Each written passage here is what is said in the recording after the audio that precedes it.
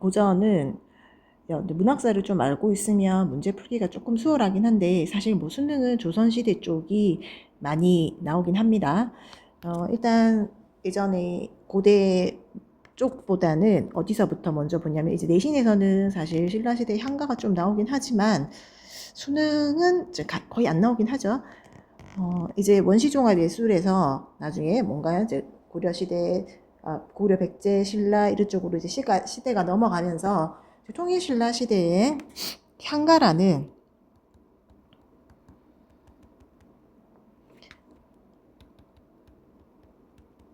작품이 이제 나옵니다.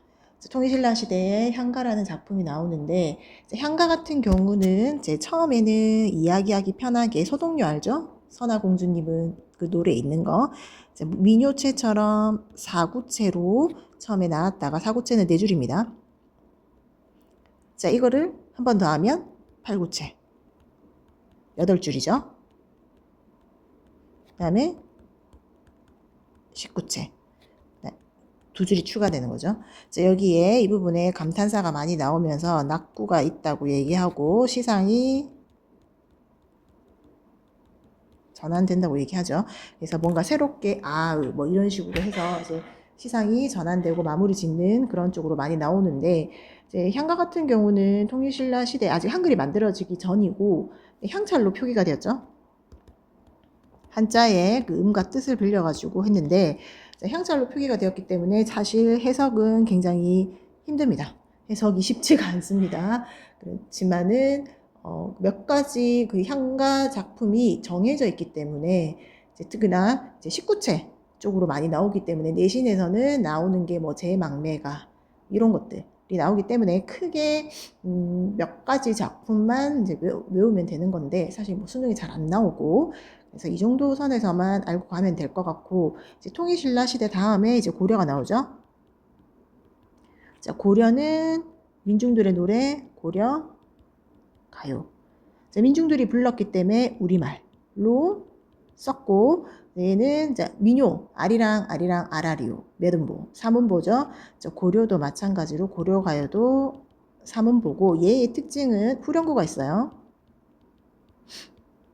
후렴구가 있으니까 노래를 부를 때 이렇게 하고 후렴구가 끝나지.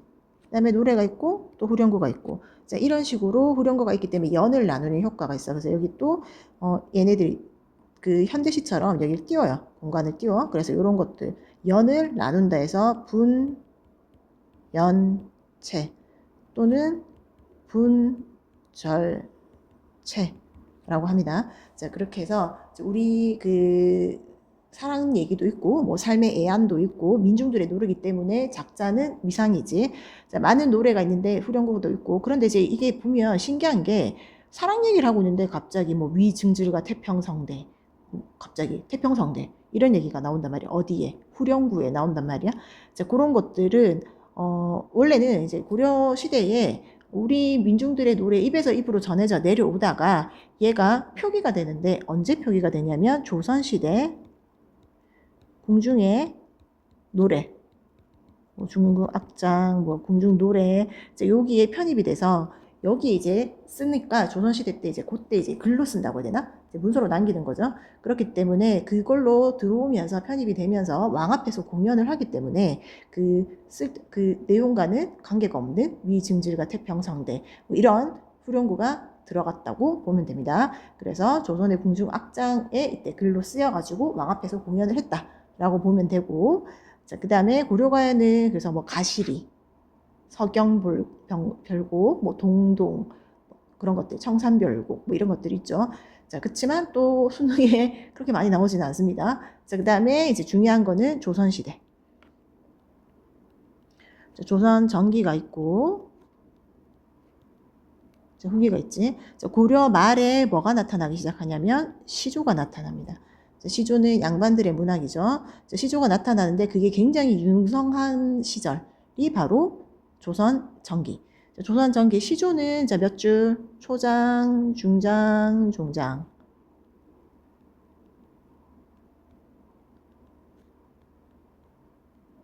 총 몇 장? 3장이지. 3장이고, 자, 몇 음보? 4음보가 됩니다. 4음보로, 자, 아까, 민중들의 노래는 거의 3음보라 보면, 얘는 이제 4음보. 4음보라서 4단계로, 4덩어리로 끊을지, 하나, 둘, 셋, 4덩어리로 끊어요. 그래서 3장. 그 다음에 여기를 또 9를 나눠봐. 이런 식으로 반으로 나누면 몇 개? 1개, 2개, 3개, 4개, 5, 6개. 그래서 3장, 6, 9. 글자 수는 45자 내외로 이제 쓰는 거죠. 그래서 형식이 정해져 있지. 왜냐하면 양반들의 문학이기 때문에 얘네들은 막 쓰지 않아. 형식을 다 지켜서 씁니다. 그래서 45자 내외로 쓰고 음보는 아까 덩어리, 소리를 읽는 덩어리는 4음보가 되죠. 자, 이런 거를 뭐라고 하냐면 평시조라고도 말을 합니다. 자, 양반들이 썼기 때문에 자, 조선 전기는 주로 이제 양반들 양반이라 사대부라고 할게. 사대부들의 노래가 되고 사대부들이 만들었고, 자, 그리고 조선시대에 우리가 사극 보면 양반들이 이제 시를 읊고 뭐 풍류를 즐기고 할 때 옆에서 같이 검은고도 추고 춤도 추고 술도 따라주고 하던 그 이 시대에 그 당시에 연예인들이 있었죠. 자, 그 당시에 연예인들 기녀 황진이 알지? 자, 기녀들이 있었어요. 그래서 조선 전기에 사대부의 시조가 있었고 이제 그들과 함께 놀았던 기녀들의 시조가 있지. 자, 사대부 같은 경우는 양반들이지. 이제 뼛속까지 어떤 사회, 유교사회 뼛속까지 우리는 이제 과거 급제를 해서 누구 옆으로 가야 된다. 왕 옆으로 가야 되지. 왕한테 가서 충을 실현하고 그다음에 뭐 부모님한테는 효죠. 충과 효지. 그래서 왕 중심이 항상 이제 충이지. 자, 그리고 기녀 같은 경우는 양반들이랑 이제 연애를 한단 말이야. 그렇지만 조선시대는 엄격한 신분 사회였고 기녀는 신분이 낮았죠. 그래서 연애는 하지만 이루어질 수는 없어. 버림을 받거나 헤어지거나 그렇기 때문에 이 친구들은 이제 시에서 어떤 게 나타나냐면 이제 그리움의 정서가 많이 나타나지. 그리움의 정서, 뭐 사랑, 특히 이제 이루어질 수 없는 사랑이니까 이쪽으로 많이 가지. 자, 그리고 기녀들은 굉장히 우리말을 많이 씁니다. 우리말. 양반들은 한자를 많이 쓰겠지. 자, 우리말을 많이 쓰고 자, 아름답고 섬세하고 여성들이 썼으니까 자, 그런 아름다움이 있죠. 그래서 황진이 시조 굉장히 유명하고 홍랑 뭐 이런 시들 좀 나옵니다. 그래서 다 그리움의 정서, 이미 그립고 보고 싶고 지금 내가 외롭고 자, 이런 것들을 많이 썼고 자, 사대부는 아까도 말했다시피 임금 중심, 왕이야. 나는 왕이 좋아. 왕을 위해서 살아가는 남자들. 자, 그런데 이 왕 옆에서 뭔가 일을 하고 그렇게 하고 싶은데 내가 굉장히 똑똑하고 능력도 뛰어나고 뭐 그럴 수 있는데 야당과 여당이 나뉘듯이 내가 뭔가를 하고 싶은데 뭐 분당 정치든 어떻게든 내가 약간 튕겨나가 버리는 그런 경우가 있단 말이지. 내가 뭐 나의 그런 야망을 하고 싶은데 안 되는 경우도 있단 말이지. 자, 그럴 경우에 이 튕겨나가거나 아니면 뭐 분당 싸움에 밀려나거나 아니면 주변에 그런 잘 나가는 사람들에 의해서 내가 모략을 당하거나 모략을 당해서 뭐 유배를 갈 수도 있고 왕의 눈에 벗어날 수도 있고 아니면 내가 뭐 좌절이 될 수도 있고 여러 가지 이유로 정치를 못하게 되는 케이스가 있단 말이죠. 자, 그런 경우에 이제 얘네들은 어디로 가냐? 왕 옆에서 아예 어떤 이상을 실현하거나 충을 실현하지 못하고 어디로 튕겨나가 버렸을 때는 어디로 가냐면 이제 이 사대부들은 자연으로 가죠. 자, 자연은 그러면 그 임금 옆, 인간 세상과 반대되는 공간이지. 그래서 어떻게 보면 이제 항상 늘 나오는 속세와 반대되는 공간. 그래서 그런 경우는 속세는 이제 내가 좌절된 공간이잖아. 그러니까 부와 명예가 있는 공간이야. 여기를 내가 버리고 자연으로 간 거지. 그래서 여기는 뭐 속세는 부귀공명 이런 것들을 내가 버리고 자연으로 가서 자연의 귀의를 하는 거죠.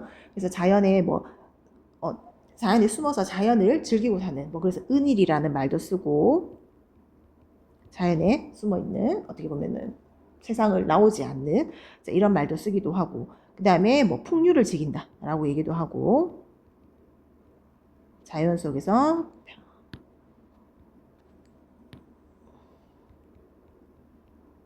즐긴단 말도 하기도 하고. 그렇지만 내가 풍류를 즐기긴 하지만 양반이지만 그 자연 속에서는 굉장히 소박한 삶을 산단 말이야.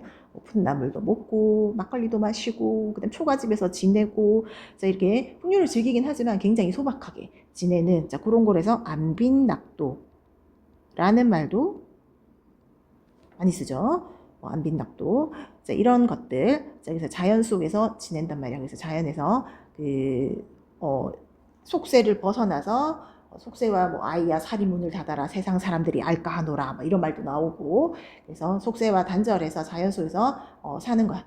그런데 자, 사실은 내가 자연 속에서 살고 있지만 그런 것도 있지만 그래도 나는 뼛속 깊이 누구를 생각해야 돼? 왕을 생각해야 되지. 그렇기 때문에 자연 그 가사 같은 거에서도 보면 이제 자연을 좋아하긴 하는데 그래도 시조에도 마찬가지고 내가 이렇게 자연 속에서 잘 지내는 것도 결국은 누구 덕분이다? 임금님의 은혜 덕분입니다. 라고 나오는 시조가 굉장히 많습니다. 그래서 자연 속에서 속세를 벗어나서 자연 속에서 내가 풍류를 즐기고 소박하게 살고 즐겁게 살지언정 거기다가 그래도 다 누구 덕분이다? 임금님 덕분이다. 자, 라고 하는 이게 나오는 시가 있고 또 이거 없이 그냥 자연만 즐기는 그런 시도 있습니다. 그래서 어쨌든 임금의 은혜, 충 이것들이 계속 발현되는 그런 시조가 많습니다. 자, 그래서 조선 전기에 이제 아까도 말했다시피 충이지만 그것을 이루지 못해서 자연으로 들어가는 시가 굉장히 많고 이제 풍류를 즐기고 안빈낙도 하고 그다음에 그냥 그런 것도 자연 속에서 잘 지내는 거 이거 강호 뭐 한정가 뭐 이런 말도 있습니다. 그다음에 뭐 강호가도 이런 말도 있고.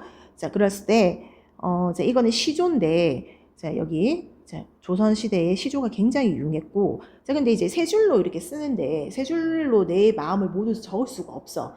그래서 이제 무한으로 막 쓰는 굉장히 길게 쓰는 장르가 있습니다. 그 장르가 뭐냐면 아까 얘는 시조면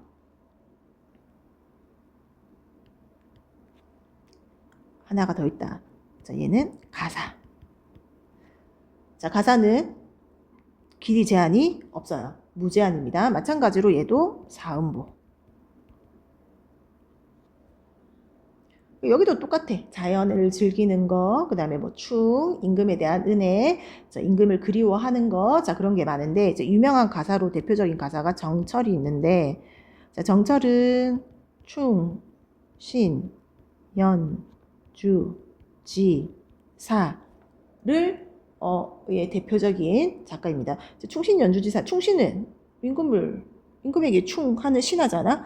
자, 충신연주지사는 뭐냐면 아까도 말했다시피 임금 옆에 있지를 못해. 내가 지금 뭐 유배를 당했거나 밖으로 나갔거나 은퇴를 했거나 어쨌든 밖에 즉 자연 속에 있거나 아니면 임금 옆을 벗어나 있는 상황인데 자, 그 상황에서도 계속 너무 임금 걱정이 많은 거야.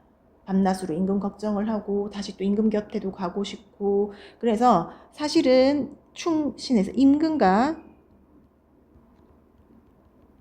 신하의 관계인데 그것을 이제 사랑하는 임과 어떤 그 여성이지 여성의 관계로 사랑하는 관계로 이렇게 넣는 거지. 그래서 너무 이 임이 그립고 임이 걱정되고 보고 싶고 그런 내용으로 써버린단 말이야. 그렇게 써버리는 게 쓴단 말이야. 그러면은 임금과 신하의 관계보다 임과 여성이 어떤 이별한 상황에서 임을 그리워하는 마음이 더 간절하고 절실하겠지. 그래서 임과 사랑하는 남자와 어떤 여성의 모습으로 화자가 만들어져 가지고 화자가 여성의 화자가 이렇게 얘기하는 그 절실한 사랑 그리움 뭐 이런 것을 얘기하는데 사실은 임금과 신하의 관계를 얘기하는 거. 자, 이게 충신연주지사. 왜 이렇게 하면 더 절실하고 더 애절하고 그렇기 때문에 이렇게 충신연주지사는 굉장히 유행했던 한 갈래고 정철의 대표적인 게 삼이인곡 자, 이거.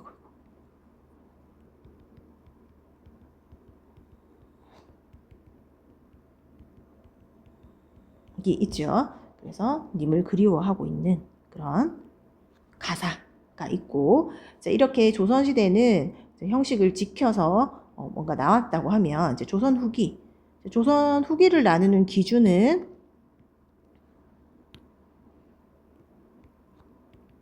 전쟁이 있죠. 어떤 거? 임진왜란이랑 병자 호란을 겪고, 병자 호란에 많은 백성들이 고통을 당했고 지배계층이 도망가고 인조는 머리를 박고, 그래서 굉장히 살기 힘들었고 많은 백성들이 또 포로로 잡혀가고, 그때 그런 두 전쟁을 겪고 난 뒤에 백성들이 자각을 하고 각성을 하고, 약간 이 지배층이 뭐하냐, 너희가 우리를 위해 해준 게 뭐 있냐, 약간 이런 비판의식이 생긴다고 보면 되지. 그래서 후기에는 이제 작가층이 넓어집니다. 그래서 어떤 시조, 민중들이 들어가서 이제 그 아까는 평시조였다면 형식이 파괴되는 사설 시조가 나오죠. 사설 시조는 이제 지배층을 비판하는 내용도 나오고,